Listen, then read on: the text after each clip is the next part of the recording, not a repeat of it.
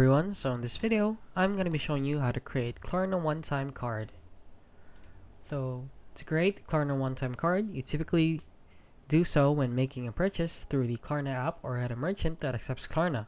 The process usually involves selecting a payment method option like credit card or debit card, then choosing pay with clients or a similar option to generate a one-time card for the purchase.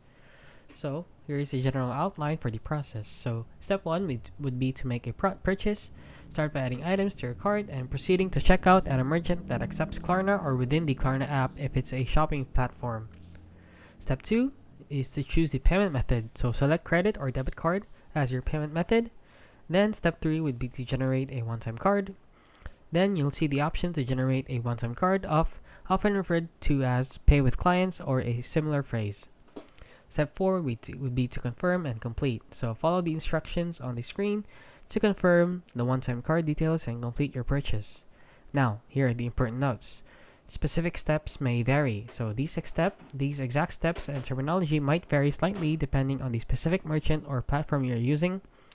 And do take note that it is only one-time use. So remember that these cards are for single transaction and will expire after the purchase is completed. And that is basically it. So if you found this video helpful, please consider liking and subscribing.